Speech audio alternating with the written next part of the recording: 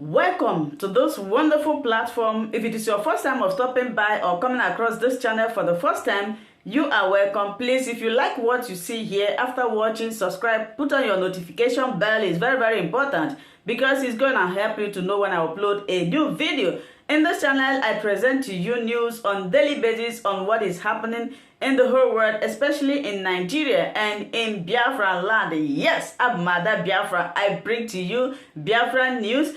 So before I do that, what I always do is that I analyze it and I sit down there to watch the video together with you. Then we'll come to the comment section to talk about it. Of course, everybody is entitled to his or her opinion. That is why the comment section is there for you to contribute, leave your ideas, your thoughts, your belief about the videos that you have watched. Please, as we are doing this, let us do it constructively.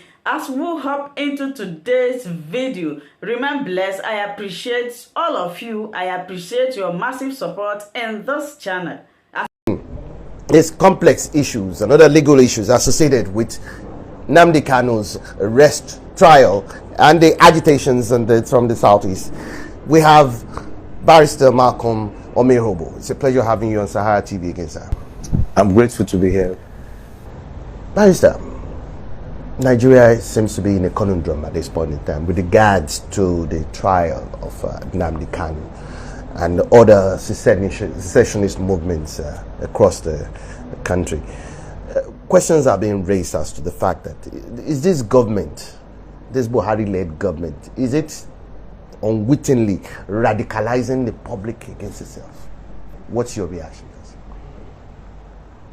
My reactions is like yours or every other Nigerian citizen, that the government is responsible for what's happening in the country today. You call these people separationists. They are not really separationists. They are agitators. We have not gotten to the level of separationists. When we get to that level, the government will know. And that is the next level. After agitation, it gets to a situation where people will say we must leave, and that's the stage we are about to get to. The government ordinarily, why would the government fail to listen to people? People agitating, asking for their rights. What rights are they even asking for? Right to life. Right to life. We as a people, we have been given life, right to life, by God. It's a right that no man can take from you. But we have surrendered it to the state and say, okay, I give you my life, protect me. The state cannot protect the people. And the people we're not even talking about political positions. We're not talking about food now. We are talking about life, for God's sake. The government cannot protect our lives. So people are now saying that, are we second-class citizens? Are we not human beings? Can't you protect our lives even though we cannot feed? So the government has created that position. They want you to discuss, but they know that you will not succeed because of this evil document called the 1999 Constitution. It has made it so so glaring that you cannot, from the south, you cannot pass a bill. It's not possible. It will take the camel to pass the eye of the needle than for you to pass any bill that will talk about sitting down and looking at the structure of restructuring this country. It will never happen. These people will never allow it to happen. So the government has failed to listen to the people, and that has led to agitation. I am not blaming Sunday Igboho. I am not blaming Kanu. They have done the right thing in the circumstance. They have come out to defend their people. They might have been doing it. That's the only way possible, because the government is not listening. And let me tell you, we are going to have more Igbohos and we are going to have more Kanu. Yes. I am telling you, we have major 250 ethnic nationalities in Nigeria. I will tell you what, that the federal government, they should be ready for it, because there's going to be agitation even from the north, even from Katsina. In the south here, we just believe that it is you just have Hausa and Fulani alone in the north. No, we even have more ethnic nationalities in the north than we have in the south. Do you know, in the whole west we have just Yoruba. In the whole in the whole east we have just Igbos.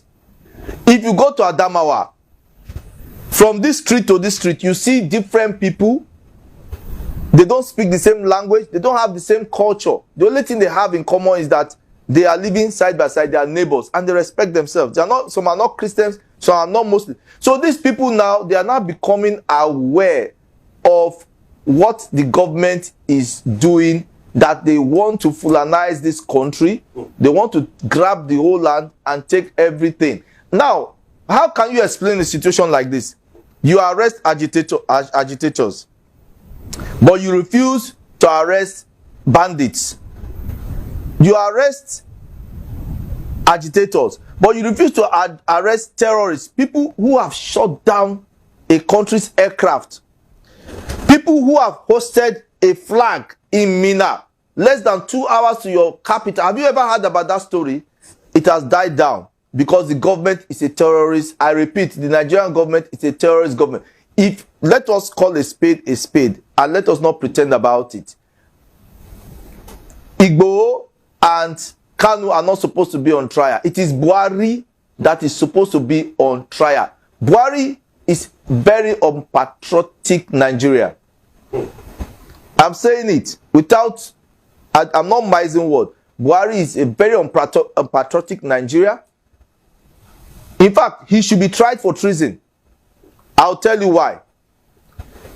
Some time ago, Buhari went to America, sat down there comfortably, discussing with the President of America, telling the President of America that our problem stems from Libya. That people who were fighting in Libya after the war had brought in arms and ammunition, sophisticated arms and ammunition to the Sahel, and have trickled down to Nigeria, and they are the cause of the instability in Nigeria, making it clear that it is not Nigerians that are causing our problems. They are foreigners. He went to London, he repeated this thing. Many other state governors in the north, what's his name now? Danguje, the Bauchi governor, they have said this problem is not being caused by Nigerians. That there are some people, some Fulanis from the other countries coming into Nigeria as a result of the ECOWAS protocol of movement. They've come into Nigeria and they are the ones causing this problem. Now, if these are established facts, would you prefer these foreigners to your own countrymen? Why will you allow these foreigners to be killing your own countrymen, and you refuse your fellow compatriots? You're allowing them to kill them, and you're not doing anything. You're allowing them to shut down your educational system. They kidnap children, rape them, sodomize them, ask for ransom. Nobody is being arrested. Nobody is being prosecuted. What do you call that? Is that not being the act of lack of patriotism? Is that not treason? But you now, people who are saying, no, you are not giving us enough job. You are not taking care of this. This is my resources that God gave me. Let me have enough. Let me stay under this. We agree on this, Nigeria, but let's negotiate this thing in line with what our founding fathers have brought us together, the basis. You say no, but yet you allow people to be killing people who are killing your own people, attacking the sovereignty of this country by hosting their flag. You have not tried them, you have not prosecuted them, you have forgiven them, you have sent them abroad for school, to school, you have reintegrated them into the society. So who is supposed to stand trial? Malami is supposed to stand trial. Buhari is supposed to stand. They are the ones that should be prosecuted, not Kanu, not Igboho. Let's look at the Kanu's trial. Yeah. as an example, so to say, Kanu's well-being in the custody of the Nigerian government has now been a matter of monumental importance. And considering the fallout of the extrajudicial treatment, so to say, from arrest to the possibility of his torture and imprisonment with trial, and as one begins to wonder whether this is going to fuel more grievances, considering the fact that the DSS failed to produce him in court for trial of Monday, and the court had to adjourn the trial to the 24th of October. I mean, what's the legality of that action? Shouldn't the government have produced this witness in court? And shouldn't the courts have taken more concrete stance instead of adjourning the matter? Why is the government failing to produce the Nnamdi Kanu in courts? Let's get your view on this matter. That's to tell you that the government and the people in government see themselves superior to others, that they can do anything to others without any consequence. How, if you as a government can spend money to, I don't use the word extradite, or what do you call it, from outside this country to bring this man here, if you can do that, then why can't you prosecute him? Then what's the essence of bringing him? To punish him? Kanu is innocent until proved guilty.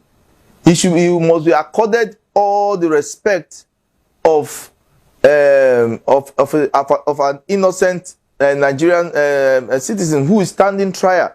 There's no way that, in fact, it is highly irresponsible of the government, highly irresponsible and unacceptable to us, that they will come to court and start telling, that's how they manage this country. Ordinarily, to bring somebody in detention to court, you cannot.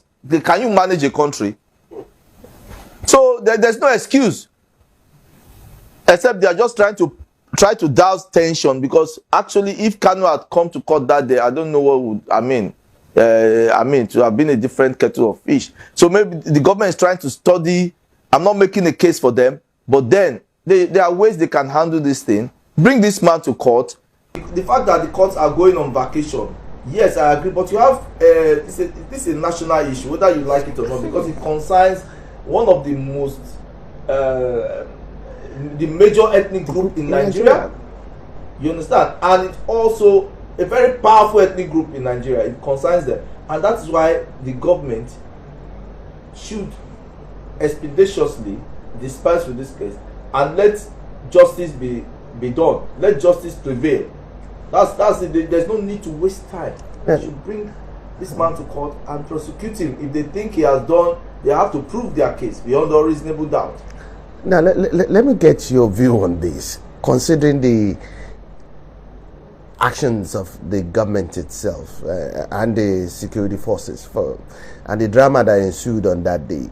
I'm sure you heard about the fact that even the lawyers were earlier prevented from entering the courtroom at that particular day, which is quite weird, given the fact that he needed to have his legal representation, and the fact that some of the lawyers, he has not even been granted access to his lawyers. Now, there are concerns among the Easterners at this point in time, the Southeasterners, that Kanu may have been dead, or something may have happened to him, as a matter of fact, while he's still in the DSS custody, for the failure of the DSS to produce him.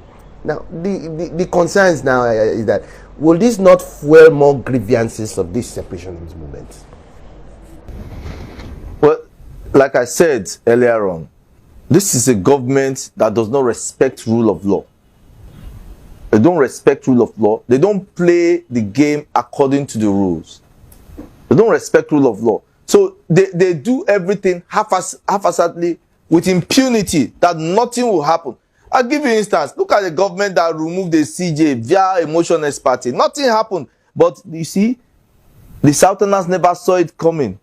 They never saw it coming. They removed your CJ by mere motion expertise, that the man was corrupt. He did not sign a form. The man did not sign a form. Yes, we know it is wrong. Is he the only one that have not signed the form? Till today, the person that took his office, has he submitted his form? But that is a government with impunity. That is a government that does not respect rule of law. They don't respect rule of law, but they want rule of law to apply to other people because they are above the law. So the refusal to bring Kanu to court, like I said, is unacceptable. It is height of irresponsibility on their part, and it's bringing more suspicion that something would have happened. But I don't think anything has happened to Kanu. But there's no reason why they should not expedite this action. And as for the people involved, the Southeast, I advise them to be calm, to be law-abiding. Because if they are not calm and law-abiding, if they descend so low with this government is already in the mud. They should not join this government in the mud. Because if they join this government in the mud, the government will rob them, poto poto. So the best thing is for them to be calm. It's not, my advice to my Igbo brothers, it's not about physical strength. This war is a war of wit and intelligence. That is what will happen. It's a battle of wit and it's not a war. It's not a physical stuff. Because if you are ready to battle the government, then you must be ready to battle the government. If you want to talk to the government, you must continue to talk to the government, and we all will see what is happening. That brings me to the issue of self-defense. Now, you see, the government as it is has disarmed Nigerians.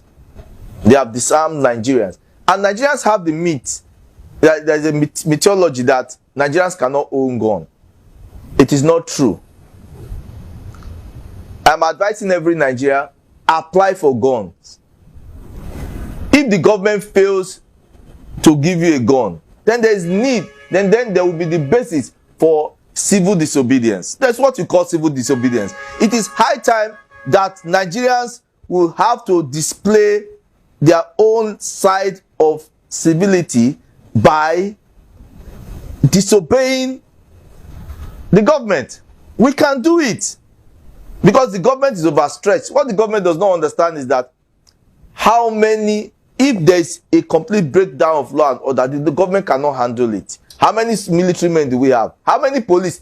If, for instance, there's problem in Kafanchan right now, there's one in Bauchi, there's one in Plateau, there's like that all over scattered, there's confusion, there's breakdown of law. Which government can handle it? No government can handle it. No government can handle it. So the bottom line is that the government should not allow Nigerians to go to the extent of disobeying the state, because the state has lost its legitimacy without knowing. Nigerian state has lost its legitimacy because very soon people will not respect the state anymore. They will do what pleases them, and there's nothing the state can do. Now, what in your own opinion should the government be doing at this point in time in order to address Nigerians' legitimate concerns instead of attacking secessionist leaders, looking at it as a means of killing separatist movement? I don't want to use that word secessionist. When we get to that stage, you will know. Igbo and Nnamdi, they are children now. You see, as far as this issue of agitation, secession, and all that is concerned, okay, what we have now, they're just agitators. When you talk about secession, you don't secede with mouth. You secede with arms and ammunition. That's when we get to that bridge, the government will understand. And mind you, right now, Kanu and Igbo, they are polished people. They are polished people that can still talk. The people that will come, there are people that cannot talk. People that they don't even want to, they are animals. They don't even want to listen. Talking about sitting down on the table is not an issue. They want to do what is in their mind. And that is when you now talk about having warlords. That's where we are going to, where we have warlords. You understand? Like in Afghanistan, like you have in Congo, like you have in Cameroon. You have people, warlords, who will take over different parts of Nigeria. And at that point, there will be no talking. So what the government can do to move this country forward is to come clean. Let us go back to the pre-military intervention into Nigerian politics. Where were we as at 1963? How can we improve on this?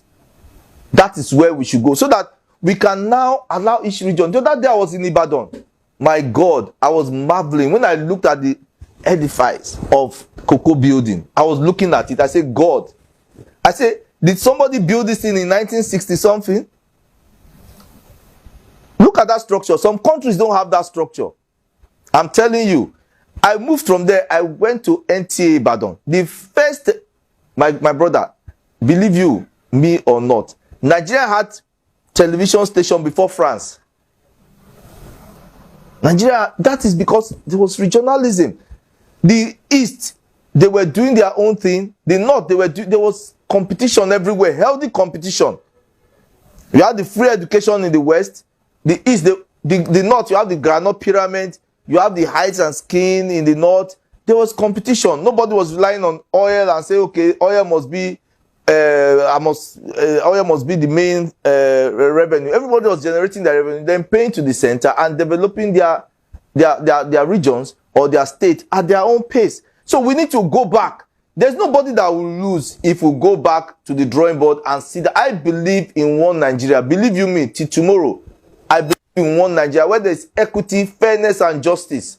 Where nobody believes that is superior to the other. Where nobody wants to take over another person's property or inheritance by force. That is the Nigeria I'm looking at. I don't know about the Nigeria Buhari is looking at. I don't know about the Nigeria that Malami is looking at. I'm looking at, I don't support any separation, people to separate from the country, because we can prosper more being together. There's no land that is poor in Nigeria. Even Sokoto is richer than Israel. Tell me, what mineral resources does Israel have? What kind of soil does Israel have? Sokoto, or which state is the poorest in this country? Take that state. That state is richer than most countries in Europe. So we need the government needs to come, because there's enough for everybody. For always watching Linda's TV show. I will see you again in my next video. Remain blessed. I appreciate each and every one of you, and keep on watching Linda's TV show. If you have not yet subscribed, please, I beg you to do that, so that you'll be getting more updates from me. Bye bye.